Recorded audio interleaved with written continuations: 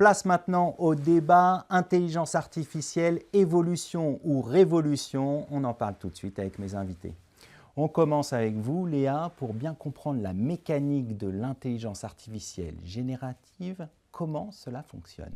Oui, merci Arnaud. Alors, l'IA générative, ça va être une technologie qui apprend sur une masse de données considérable et qui, à partir de ça, va générer un contenu qui est nouveau. C'est un système qui repose sur un modèle de probabilité. Donc, elle va chercher à mettre des mots bout à bout. On était à la base sur un système de complétion. Donc, l'objectif, c'est de prédire le mot suivant.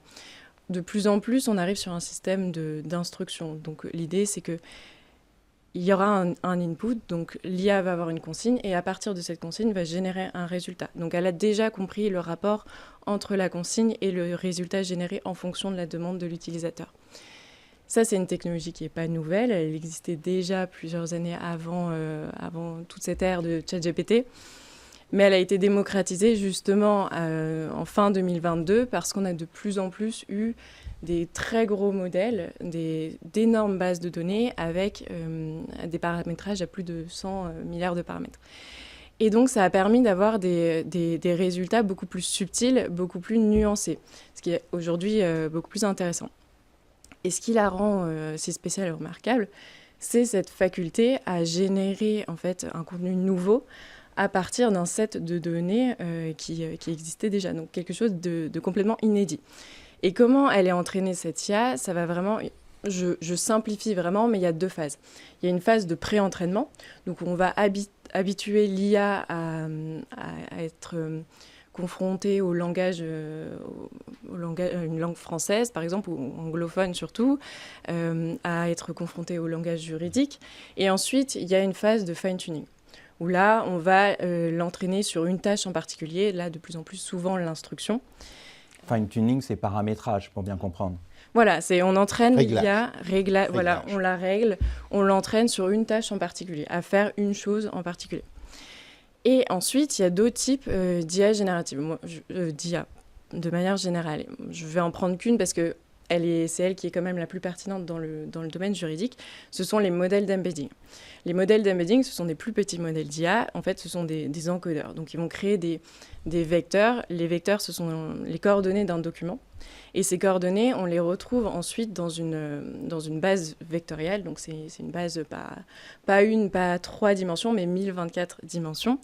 Et encore une fois, je fais un énorme raccourci en disant ça, mais ce sont eux qui vont piocher la donnée pertinente quand l'utilisateur pose une question.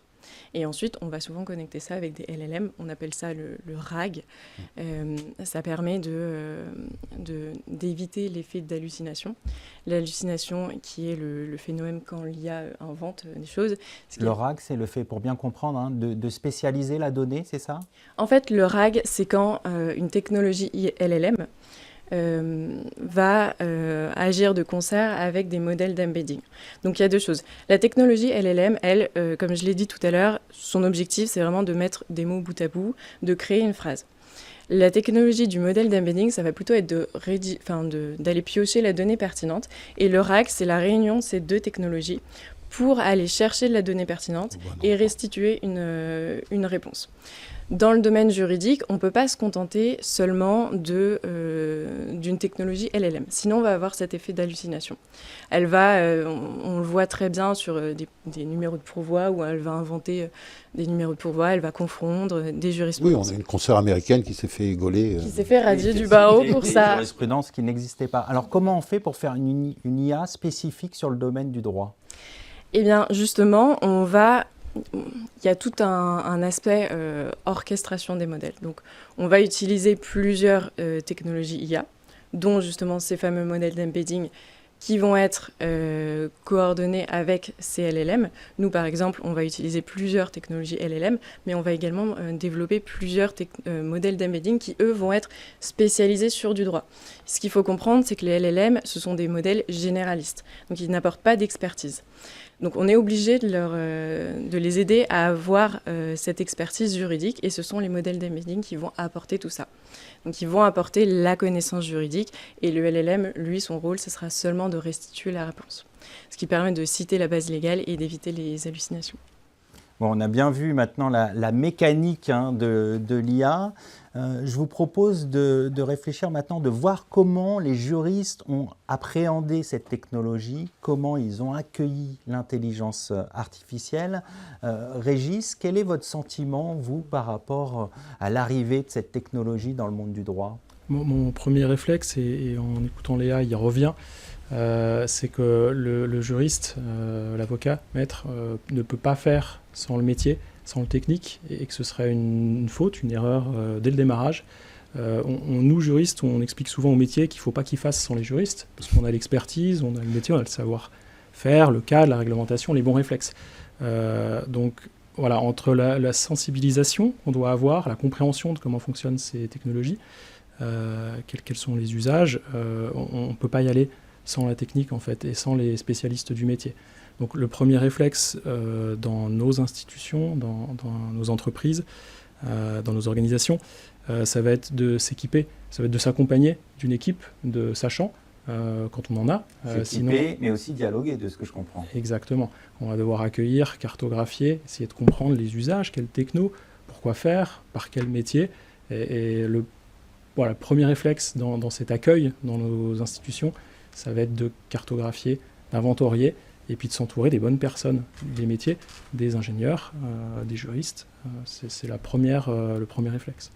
C'est aussi partagé ce sentiment par les avocats, Stéphane ? Alors, il y a un élément d'éducation, on reviendra dessus, qui est assez fort. Par contre, il y a une puissance que vous disiez, Léa, sur la manière de calculer, sur l'utilisation du cloud. La puissance du calcul mathématique fait qu'on peut trouver une information juridique de plus en plus large si, bien entendu, elle a déjà été prédigérée, si elle est partageable, si son accès est possible et si elle n'est pas protégée. Donc ça fait quand même beaucoup de conditions qui font, comme vous le dites très justement, Régis, il faut arriver à bien connaître à la fois l'espace de data que l'on peut avoir, et notamment dans un cabinet d'avocats, savoir déjà où est-ce qu'on est organisé, comment est-ce qu'on a organisé. Et nous, chez De Gaulle, depuis 22 ans, on a toutes nos archives qui sont ensemble et avec la même architecture. Donc c'est vrai que cette donnée structurée, elle est disponible et je peux la passer à Léa et à Ordalie parce qu'en plus, elle me garantit quelque chose qui est franco-french et dédié au droit. Donc ça, c'est une possibilité incroyable. Mais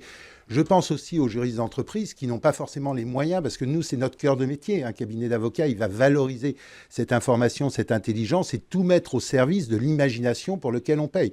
Dire le droit, je ne vais pas dire que tout le monde est capable de le faire, mais en tout cas, nous, on est là pour imaginer le droit de demain. Donc, on doit jouer avec ces outils. D'un autre côté, c'est un investissement qui est important. Nous, on a notre cœur de métier, on peut investir. Pour un juriste d'entreprise, c'est vrai que certains de mes clients me disent Stéphane, nous, on va faire avec Copilot. Et Copilot, c'est pas comme Ordalie, c'est pour tout le monde. Alors, c'est du Microsoft, c'est intégré dans l'ensemble des systèmes de l'organisation. Je trouve ça extrêmement intéressant parce que du coup, ça peut aller chercher dans les SharePoint des RH, de la production, des trucs qui sont plus ou moins bien protégés, mais sur lesquels nous, après tout, comme on gère la confidentialité, on sait faire, et qui peuvent mettre du droit à ce moment-là de manière assez puissante à cet endroit. Mais vous le voyez, ça demande quand même une cartographie, une connaissance de la data, de la sécurité, une prise de risque et surtout un objectif, des cas d'usage. Stéphanie va nous en parler tout à l'heure, mais très souvent aujourd'hui, mais comme on l'a vu après avec l'automatisation des contrats, Stéphane, je voudrais qu'on automatise les contrats. Alors moi, en plus, je ne vends pas ça, donc c'est assez facile. Moi, ma réponse est un peu bête, c'est pourquoi ? Parce que les copains le font, ou parce que mon directeur financier l'a dit et je vais gagner un équivalent temps plein. Non, ça dépend du type de contrat que tu fais. Donc il y a une chose, c'est que c'est extraordinaire en termes de puissance et ce que ça peut apporter. Après, moi, je pose toujours la question, c'est pourquoi faire ? Et c'est vrai que quand on dit c'est extraordinaire parce que ça va rédiger plus vite, ça va donner de la productivité et tout, honnêtement, les cas de productivité que vous pouvez trouver, quelquefois, c'est pour des petits postes, des personnes à pas trop de valeur ajoutée. Et quand vous mettez l'investissement nécessaire en face, à la fois en capital, pour vous payer cette intelligence artificielle, parce que Léa, il faut qu'elle vive.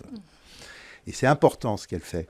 Mais aussi les heures d'avocat et d'avocats expérimentés, parce que votre petit robot, quand on lui tape sur les doigts, alors déjà, il faut trouver des juristes qui leur tapent sur les doigts pour les éduquer, parce que c'est ça, on leur dit, voilà, si je te pose cette question, voilà la réponse, et si t'es pas sage, un peu comme un chien-chien, on lui donne pas le sucre. Donc ça veut dire qu'il faut trouver des gens qui sont capables de faire ça, donc ça, à la fac... Poser les bonnes questions. Poser les bonnes questions et tout ça, et derrière, en fait, pouvoir le rentabiliser. Et c'est vrai que si vous économisez du temps sur des petits postes, ce n'est pas encore intéressant. Bien sûr. Et il y a une question, il y a une réflexion, je crois, plus globale qui doit être menée au sein de cabinets d'avocats ou de direction juridique. Quelle politique de gouvernance doit-on avoir, Stéphanie, sur l'intelligence artificielle? Merci Arnaud. Effectivement, c'est une question cruciale. Pourquoi? Parce que la gouvernance, ça va un petit peu déterminer la forme et la dimension qu'on va accorder à l'IA. Et elle ne peut pas avoir une dimension unitaire. On doit avoir vraiment une approche holistique lorsqu'on développe une solution d'IA. Et la gouvernance, évidemment, elle doit être adaptée à la taille de l'entreprise, mais elle doit être surtout pluridisciplinaire. Et ça, c'est indispensable parce que ça permet de garantir déjà le respect des normes de conformité. Et un RSSI sera nécessairement plus à même de comprendre les impacts côté cybersécurité qu'un juriste. Mais il faut mettre le juriste également au cœur du dispositif pour qu'il y ait cet échange, mais également avec, s'il y a un responsable éthique, avec le responsable éthique ou le responsable compliance.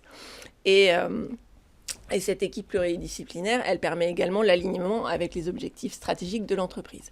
Parce que toutes les entreprises n'ont pas forcément un souhait de déployer une solution d'IA. Et si c'est le cas, il faut vraiment comprendre quelle est la philosophie qui est derrière, parce que les principes directeurs qui guident le développement d'une IA ne sont pas forcément les mêmes d'une solution à une autre. Il faut vraiment qu'il y ait une adéquation entre le développement du projet et les attentes des dirigeants. Régis, je vais me tourner vers vous. Est-ce qu'il y a des choses à anticiper sur cette gouvernance de l'IA? Oui, nécessairement. On a je rebondis sur Stéphane, le sujet de tout à l'heure, le point de tout à l'heure. Il y a des sujets financiers derrière Bien sûr, ces le modèles. coût, c'est extrêmement important parce qu'on sait justement que sur l'IA, c'est un investissement. Exact, le coût, le temps, le pourquoi faire. Et on a beaucoup de structures qui n'ont ni le temps, ni les moyens, ni les ressources, et qui vont partir sur Copilot. Voilà, on le cite parce qu'il est proposé par Microsoft, il est dans Teams, il est dans toutes les suites qu'on a en entreprise. Marché quand même, Microsoft. Voilà, donc par facilité, on va partir sur un Copilot. Et puis par économie, si on veut faire de la traduction, on parlera peut-être un petit peu des usages tout à l'heure, mais on va partir sur un DeepL. Pourquoi pas? Pourquoi payer? Pourquoi investir du temps pour implémenter un outil quand il y en a des qui sont sur le marché, qui sont gratuits, qui sont accessibles? Ça n'est pas satisfaisant du point de vue de la compréhension, de la direction, parce qu'on ne sait pas quels outils, pourquoi faire, où vont les données, comment on sécurise. Donc le collectif, on le citait tout à l'heure, il est indispensable pour accompagner le développement des outils. Et un élément, en fait, on n'a pas appris ça à la fac de droit. C'est vrai que nous, on a eu la chance d'avoir des co-développements, les Liti Suite avec Keslo. On a fait pas mal de choses avec des Legal Tech. Donc, on est un cabinet qui a une éducation, plus c'est un peu notre histoire, autour de cette tech et de l'innovation. Et en fait, cette réflexion sur la data, sur la manière de l'organiser, sur la manière de pouvoir la partager avec des clients, jusqu'où on peut aller. Cette question de traduction, c'est vrai que nous, quand on est allé sur le marché, on a dit, OK, on va avoir notre système d'intelligence artificielle avec traduction et tout ça. La seule chose, c'est qu'on a 7 Tera avec toute notre histoire qui est à l'intérieur, et il n'est pas question qu'elle a se balader, même dans le cloud aujourd'hui. Donc, tout est sous e-manage. Et donc, il a fallu qu'on trouve une solution, mais qu'on manage. Vous disiez tout à l'heure, il faut trouver le conseil, qu'on manage le conseil, qu'on en essaye quand même des wagons et qu'on fasse plutôt ça le soir, qu'on ait une équipe informatique qui soit tellement incroyable, puisqu'on a 7 informaticiens, et moi j'ai eu la chance d'être le voisin du patron de l'informatique pendant 3 ans. Donc, une culture, en fait, qui fait que je crois que par rapport à d'autres cabinets ou dans d'autres directions juridiques où on connaît parfois à peine le DSI, voire mieux le RSSI si on a une cyberattaque, vous avez raison Stéphanie, mais c'est vrai que le niveau de culture et de connaissance minimum est un ticket d'entrée qui est extrêmement important pour beaucoup de juristes. Et là, il ne faut pas leur en vouloir. Il faut vraiment les aider à bien connaître ça. C'est pour ça qu'on crée... Alors, les aider, c'est justement la question de la formation aussi. Quelle formation aujourd'hui? Est-ce qu'il y a des formations, Stéphane, vous qui êtes enseignant, des formations dédiées sur l'IA ou qui aident en tout cas à comprendre ces enjeux? Alors, avant l'IA, il faut déjà comprendre où est la data, ce qu'est un cloud, un peu comment marche un ordinateur quand même, Gilles, je peux me permettre. On a créé il y a 10 ans avec Bruno Defin à Paris 2, à Panthéon-Assas, un DU Transformation Digitale du Droit et Legal Tech pour répondre justement à ce défaut de culture, pas pour faire du droit, il y a tout ce qu'il faut, mais à côté pour avoir un esprit un peu entrepreneurial, hein, parce que gérer le changement, changer ses habitudes, quitter ses codes, avoir du plaisir à passer du temps avec Léa et comprendre pourquoi une jeune femme qui était très brillante en droit se met à créer des trucs avec des ordinateurs, alors qu'on dit quand même beaucoup plus sympathique que ça. Donc, faut déjà cet élément culturel qui est important. Donc ça, on l'a intégré dans l'EU. À l'époque, il n'y avait pas l'IA. Par contre, il y avait la programmation. On s'est posé la question de la programmation. Est-ce que les juristes doivent savoir coder? Exactement. Alors moi, honnêtement, vous le savez, ça m'emmerde. Et surtout, j'avais vu aux États-Unis le début du no-code. Et donc, moi, je disais, on va plutôt apprendre aux gens à bien raisonner, bien faire des arbres de décision, enfin, ce qu'un bon juriste doit faire, et leur expliquer qu'en fait, un bon arbre de décision, une bonne décision juridique, ça se met en 1 et en 0. Puis après, on trouvera bien des gens, parce qu'il faut faire travailler aussi les consultants, c'est important. Donc, on n'a pas intégré ça, et je crois qu'on a eu raison, et les résultats qu'on a eus aujourd'hui ne sont pas mauvais. Là, avec l'IA, c'est vrai qu'on arrive dans un environnement différent. Notamment, il faut comprendre ce que Léa nous a dit derrière, c'est-à-dire que moi, je lui fais confiance, elle me fait du français, elle me fait du... J'aimerais bien comprendre Léa, comment ça marche quand même. Qu'est-ce qui fait que vous avez été juriste et vous êtes passé de l'autre côté et vous avez monté cette IA? Ça veut dire que finalement, on peut être juriste et s'intéresser de près à l'intelligence artificielle? Oui, tout à fait. En plus, c'est un domaine où l'intelligence artificielle s'y prête extrêmement bien. C'est évidemment un secteur où il y a un vrai besoin d'efficience dans le traitement de la donnée. Et l'IA va pouvoir apporter ça. Donc, moi, j'avais forcément cette petite expérience de juriste qui m'a permis de déjà identifier des premiers cas d'usage qui aujourd'hui sont ce qu'ils sont, mais demain seront complètement différents. Et sur cette partie je pense que je m'avance un peu, mais sur cette partie de la formation des juristes au code, je pense que demain fera qu'il n'y aura peut-être même pas besoin de ça. Alors c'est vrai que dans dire ça, on abordera peut-être les perspectives tout à l'heure, mais en un mot. En un mot, je pense que plus tard, il y aura, même rien que sur le prompt. Aujourd'hui, il y a quand même presque une science autour du prompt. Mais finalement, demain, il n'y aura même plus besoin de prompter, parce qu'une IA qui sera performante, ce sera presque une IA qui ne se voit pas, et qui sera performante sur des tâches de fond dont l'utilisateur n'aura même pas besoin.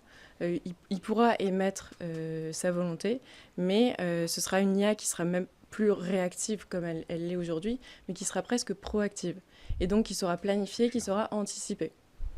Et c'est là-dessus, je pense que... C'est ça qui est intéressant, c'est quand on va combiner avec la parole. Alors après, il y aura quand même un petit coup écologique qui ne sera pas neutre. Hein. Mais on va pouvoir discuter avec la machine, mais comme on le fait déjà en promptant. Hein. C'est ça qui est intéressant. Par contre, nous, ce que l'on fait avec Bruno, c'est qu'on est en train de mettre en place avec les frais écoles d'ingénieurs un M1, M2 de legal engineer, parce que vous avez trouvé une perle rare pour bosser avec et développer votre projet, mais ce n'est pas évident de travailler avec un ingé, d'avoir une même culture. Souvent, le juriste, c'est assez drôle, parce qu'avec un financier, c'est compliqué, mais un ingénieur, c'est beaucoup plus facile de travailler. Je pense que Stéphanie et Régis doivent être d'accord. Il n'y a pas de compétition sur le droit. Il y a une seule chose qui nous unit, c'est la logique. Et pourtant, il faut connaître le domaine des uns et des autres déjà, les responsabilités qu'il peut y avoir derrière, l'intérêt qu'il peut y avoir, mais surtout les codes et les mots. Et du coup, l'idée, c'est vraiment de faire grandir pendant 2 ans en apprentissage, à la fois des gens qui viennent d'une école d'ingénieurs, les frais, à la fois des gens qui viennent de la fac de droit, et d'arriver pendant 2 ans à leur faire développer des projets en commun pour arriver à avoir plus de chances que Léa en a déjà eu en trouvant sa moitié pour développer son projet, ce qui est quand même extraordinaire, si je peux me permettre. Oui. Alors, on va peut-être, Stéphanie, sur la question des compétences aussi. Je vais en reparler un petit peu tout à l'heure, mais c'est vrai que moi, il y a un sujet qui me fait rebondir, parce que c'est vrai que c'est bien d'acquérir des nouvelles compétences. En revanche, il y a un sujet qui est crucial, c'est nous, juristes, on a une expertise, un savoir-faire qui est propre. Et on ne peut pas tout déléguer à l'IA. Et il est indispensable, justement, de lutter contre la paresse intellectuelle. Et ça, c'est surtout pour les jeunes juristes qui n'ont pas fait leurs armes comme on a pu le faire sur des fiches de contrat, sur de la jurisprudence de base. Il est indispensable d'entraîner leur esprit critique lors de l'apprentissage. Donc, conserver ce savoir-faire, ça fait aussi partie de la formation. Bien sûr. Régis, peut-être un complément sur cette question des compétences à acquérir ? Oui, tout à fait. De l'université au monde professionnel, on doit, enseignant universités, professionnels du droit, directeurs juridiques, des RH, réfléchir au panel des options qu'on a devant nous, de la formation interne, de la sensibilisation entre les métiers, du transverse toujours, l'équipe, je pense qu'elle est vraiment au centre de ce projet. Et puis vers l'extérieur, tous les grands en proposent des modules, des formations, des micro-formations, des MOOC, les grandes universités en proposent, les universités américaines, les universités françaises. Voilà, on va chercher des webinars, ce qu'on est en train de faire aujourd'hui, ça contribue à. Le juriste, il ne doit pas être ingénieur, il doit travailler, il doit savoir travailler avec les ingénieurs, et à ce titre, il doit comprendre leur métier, il doit avoir un vernis, mais comme il doit être un linguiste, comme il doit être un chef de projet, comme il doit comprendre les métiers, il doit comprendre la prod, il doit comprendre les enjeux. Donc une nouvelle fois, pas très différemment des autres multicasquettes qu'on doit avoir, on doit accompagner les entreprises, les directions RH doivent accompagner l'arrivée de ces technos en entreprise, et puis on doit aussi se rapprocher de nos universités, nous professionnels, à les aider, à les raconter l'entreprise. Pour former les juristes de demain, les entreprises doivent aller dans les universités. Ça veut dire aussi que les directions juridiques doivent faire des formations au sein de la direction juridique sur l'IA régulièrement, parce que ça évolue très vite. Oui. Bien sûr, mais après, c'est pas, je veux toujours utiliser la même image, mais c'est pas parce qu'on ne sait pas démonter et remonter un PC qu'on ne va pas utiliser l'ordinateur. Donc voilà, l'IA, quand bien même on ne comprendra pas exactement les gros mots qu'ont utilisé Léa tout à l'heure et ce qu'il y a derrière, et ce que ça veut dire, pour autant, on est des utilisateurs et on en sera demain. Donc on doit accompagner les jeunes juristes aussi. Souvent, on explique que l'IA, Léa, vous l'avez fait tout à l'heure, on lui apporte des données, elle va traiter, analyser ces données. Derrière, il y a cette phase d'entraînement et on va valider ou pas les résultats. Mais ce qui est valable pour l'IA, elle est valable pour nous aussi. On doit s'alimenter de nouveaux données, on doit s'alimenter de nouveaux cas, et on a des professionnels du droit qui doivent nous dire ça, là c'est bon, là c'est pas bon, et on doit recommencer cette phase d'apprentissage. Donc aujourd'hui, les juristes qui arrivent dans la profession, ils doivent savoir ne pas utiliser les IA, ils doivent savoir travailler leur raisonnement, et on doit les accompagner ici, pour leur faire valider après le raisonnement, la solution. De la même façon, voilà, ce qu'on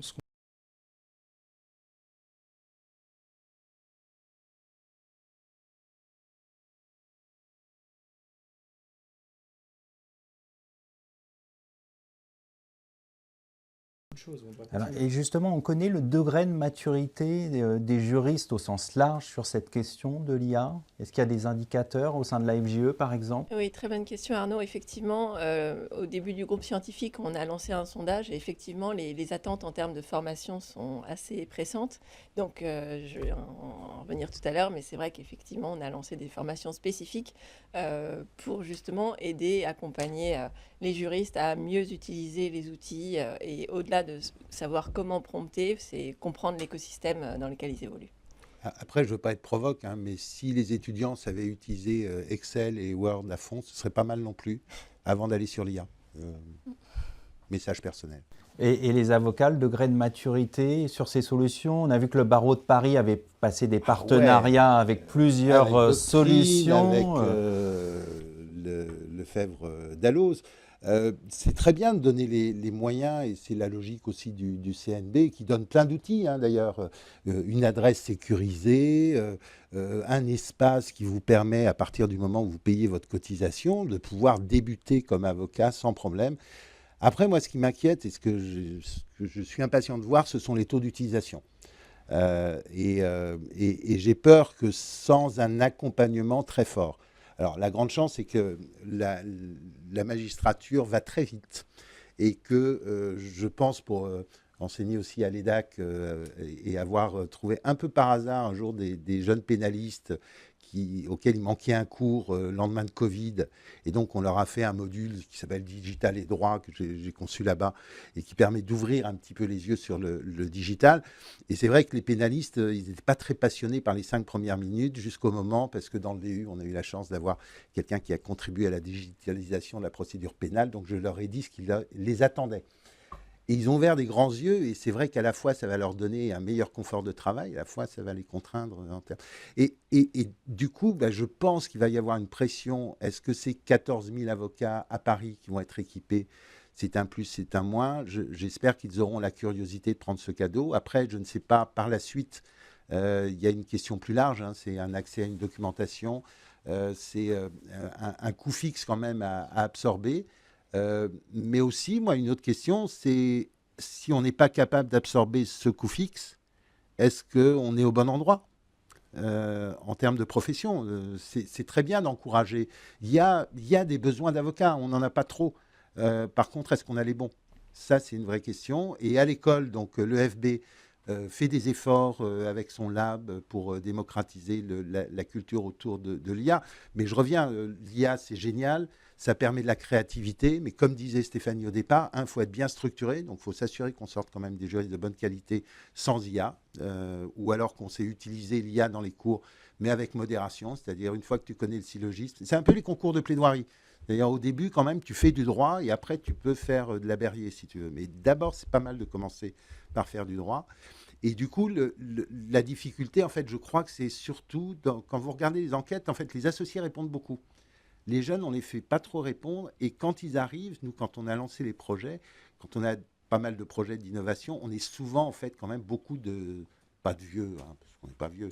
Mais ça manque de retour sur la jeune génération, c'est ce que vous voulez dire. Ça manque d'appétit. C'est-à-dire que, en fait, à chaque fois, moi, je dis aux jeunes, et j'ai des confrères, ils disent, non, mais, le digital, c'est pas on va prendre une jeune, et puis la jeune, de toute façon, elle est née avec ça, donc elle va savoir. Non, Léa, elle s'est commandée plus vite, enfin non, pas Léa, c'est pas le bon exemple, mais s'est commandé des pizzas plus vite que moi avec un iPhone, mais après, en termes de goût pour le digital, et je peux le comprendre, quand tu es à l'école d'avocat, tu as envie de porter la robe et d'aller en cour d'assises, même si tu fais du droit fiscal. Et Léa, vous, quel retour vous avez justement de vos utilisateurs sur l'utilisation de votre solution? Vous constatez justement qu'ils sont assidus, qu'ils y vont régulièrement, et quel est le degré de maturité du coup de l'acceptation de l'IA par les juristes? Ouais, du recul qu'on en a aujourd'hui, je pense que la valeur ajoutée de notre produit, il réside surtout dans actuellement les assez petites structures, justement pour combler cette fracture numérique dont on peut parler. Il y a un vrai besoin d'accès à la donnée, à l'information. Il y a un besoin de croisement des données que l'IA peut aujourd'hui apporter. Et en plus de ça, l'IA, elle vient combler aussi un besoin humain qu'il n'y a pas forcément dans toutes les typologies de cabinets d'avocats ou de direction juridique. Et en tout cas, aujourd'hui, je pense que c'est là-dessus qu'elle aura une plus grosse valeur ajoutée. Alors, on va s'intéresser maintenant un peu aux perspectives d'avenir que pourrait offrir l'intelligence artificielle. Régis, vous avez une idée de ce que pourrait être l'intelligence artificielle de vos rêves, entre guillemets, pour le juriste? La question est complexe, l'imaginaire sans limite. Pour moi, l'IA idéale, c'est celle qui saura s'adapter sans un paramétrage complexe, sans un investissement complexe. Alors il y a le côté entreprise, financier aussi quelque part, qui va vite venir dans la danse, le stockage des données, la conformité, la sécurité. L'IA idéale, c'est celle-ci, c'est celle qui sait nous garantir que nos données elles sont sécurisées, qu'elles sont dans un environnement hébergé en France, que l'IA elle est facile d'utilisation sans un trop grand besoin de formation, de compréhension de ce qu'il y a derrière. Donc l'IA idéale, c'est celle où on n'aura plus besoin de prompter, d'apprendre à rédiger des prompts compliqués, de faire du paramétrage. Voilà, c'est celle qui va s'adapter. Comme le juriste, comme nos métiers, on s'adapte à notre auditoire, on arrive à comprendre là où on veut aller, là où on doit aller. Donc c'est celle-ci, c'est une IA souveraine ou une IA qui soit adaptée à notre marché, qui a été entraînée dans notre langue ou qui soit en capacité de bien la maîtriser et qui va avoir réussi à éliminer les hallucinations. Et là, il y a plein de moyens techniques d'y arriver. Voilà, c'est celle qui nous apporte la sécurité de l'outil, qui ne remplacera pas les personnes. Moi, j'ai des jeunes juristes ou des étudiants qui me demandent est-ce qu'ils vont perdre leur travail. Il y en a une il n'y a pas longtemps. La question était pertinente et je ne l'avais pas imaginée. Est-ce qu'elle sera payée moins Est-ce qu'elle sera payée moins parce qu'elle a un outil plus efficace? C'est ce qu'attendent les juristes d'entreprise de la part des avocats, c'est que ça descende en termes de coûts. Oui, la question est pertinente, je ne l'attendais pas. Et mes réponses en direct ont été non et non. Non, il n'y aura pas moins de juristes. Non, ils ne seront pas payés moins. Au contraire, je pense ceux qui sauront utiliser la technologie et l'outil, qui s'y seront intéressés, qui l'auront compris et qui en auront trouvé les plus-values, ce sera sans doute les gagnants de demain. Mais l'expertise sera différente. L'expertise sera différente, le vernis sera différent, mais le juriste sera toujours là. C'est quelque chose aussi que vous partagez, j'imagine, à la FJE, Stéphanie? Complètement, oui, je rejoins à 100% ce qui a été dit par Régis, parce que à la bonne hauteur dans la prise d'analyse, oui, je rien d'autre à ajouter. Stéphane, comment vous imaginez, vous, pour les avocats, l'intelligence artificielle du futur? Je vais vous faire une réponse moyenâgeuse. Vous savez, c'est comme un bon avocat, je pense. Est-ce que ça me rendra plus fort? Alors, plus fort, ça veut dire plein de choses. Plus fort, ça veut dire être plus imaginatif. Hein. J'y tiens, on fait un métier, même fiscaliste, on fait un métier de créatif. Et même si on peut penser à beaucoup de choses, moi j'aime beaucoup l'analyse en droit comparé. C'est très difficile en fait, même dans des bonnes bibliothèques, d'arriver à faire du droit comparé. Et pourtant c'est intéressant de prendre un raisonnement juridique qui a été fait dans un autre environnement, mais de pouvoir le bousculer, notamment au niveau européen, avec votre ordre français. Donc déjà toute cette richesse, nous, on a été rat de bibliothèque pour le trouver, on peut l'avoir de manière accessible. Donc ça c'est un élément qui est extraordinaire. Il y a un deuxième élément, c'est comment est-ce que je vais pouvoir m'essayer à des choses que je n'ai pas faites. Et ça, c'est plutôt pas mal quand même. Si on a cette curiosité d'essai, si on a, comme on éduque la machine, peut-être que demain, on pourra éduquer les... Oui, ça fait un peu vieux con ce que je dis là, avec la récompense, le chien-chien, le sucre. C'est pas la manière rêvée peut-être pour éduquer les gens, mais ça peut être un outil d'auto-formation incroyable. Peut-être en termes de prise de conscience de la responsabilité juridique des opérationnels, un petit peu comme l'enseignement d'ailleurs, hein, un mauvais prof, ou quelqu'un qui ne fait pas preuve de pédagogie en faisant de la compliance, peut-être qu'une bonne intelligence artificielle, un lapin crétin un peu rendu sexy pour vendre le RGPD, c'est pas stupide.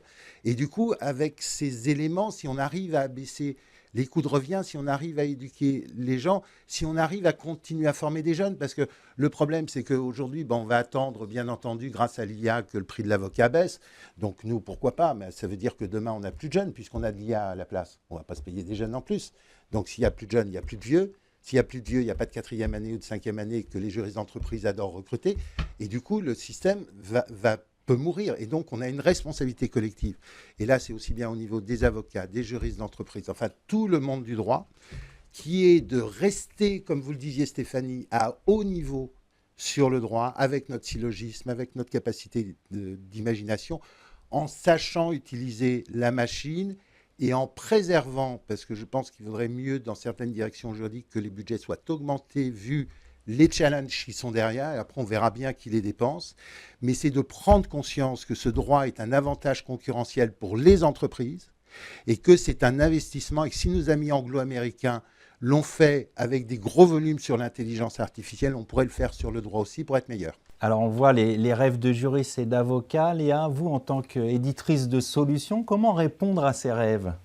Alors moi je vais vous donner une réponse plus opérationnelle moyen terme de nous, Bien nos sûr. propres challenges en ce moment. Ce serait une IA exhaustive. Parce que c'est aussi un gros challenge pour nos utilisateurs d'avoir une IA qui puisse englober l'ensemble de la notion juridique et forcément une IA qui s'insère dans des systèmes déjà préexistants pour créer tout un écosystème, donc une sorte d'interopérabilité. C'est une vraie question. Et comment vous travaillez justement pour parvenir à cela? Alors, c'est à ce stade encore du co-développement, de la co-construction avec des acteurs pour mapper l'ensemble du stack, enfin du tool stack, enfin des outils avec lesquels ils travaillent, pouvoir nous savoir comment on va s'intégrer, c'est plus ou moins facile en fonction des différents prestataires, et comment on va pouvoir créer de la valeur justement en alliant tout cet écosystème. Alors on arrive à la fin de cette séquence. Je vais vous demander aux uns aux autres rapidement de conclure justement sur évolution ou révolution pour les juristes avec l'intelligence artificielle. Stéphanie, quel est votre sentiment? C'est une évolution, mais nécessaire. Donc c'est s'adapter avant d'être dépassé. Régis? J'ai envie d'aller sur l'évolution, parce qu'elle fait moins peur que la révolution.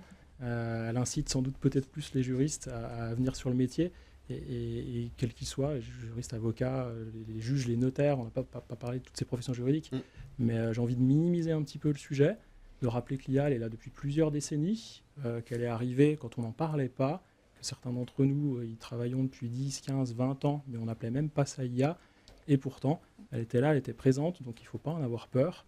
Donc je vais juste parler d'une évolution, et puis l'accompagnement et d'un métier qui évolue et qui bouge, mais et ça va bien se passer, on est optimiste. Léa, c'est quoi votre sentiment, vous? Évolution, révolution? Pour le moment, je dirais évolution, mais qui ira potentiellement vers une révolution sans jamais supplanter le professionnel.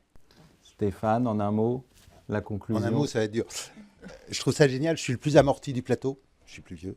Et ce que je trouve génial avec l'IA, c'est qu'on se sent à nouveau jeune et compétitif, même si on court moins vite. Enfin, ça veut dire que bon, il y a plein de perspectives à venir. Ça veut dire que vraiment, on a une gourmandise et qu'on a la chance, parce qu'on a fait des bêtises avant, parce qu'on a l'expérience, de pouvoir relire une note d'un chat GPT ou ce que vous voulez qui sort et d'être critique. Et moi, je suis d'une génération, en plus, où on a été éduqué en avocat généraliste, droit des affaires, fiscalité sociale, tout ça. Et du coup, d'avoir un œil critique qui n'a pas été tué par la spécialisation, première étape. Deuxième, enfin voilà. Ce sera le mot de la conclusion pour cette partie.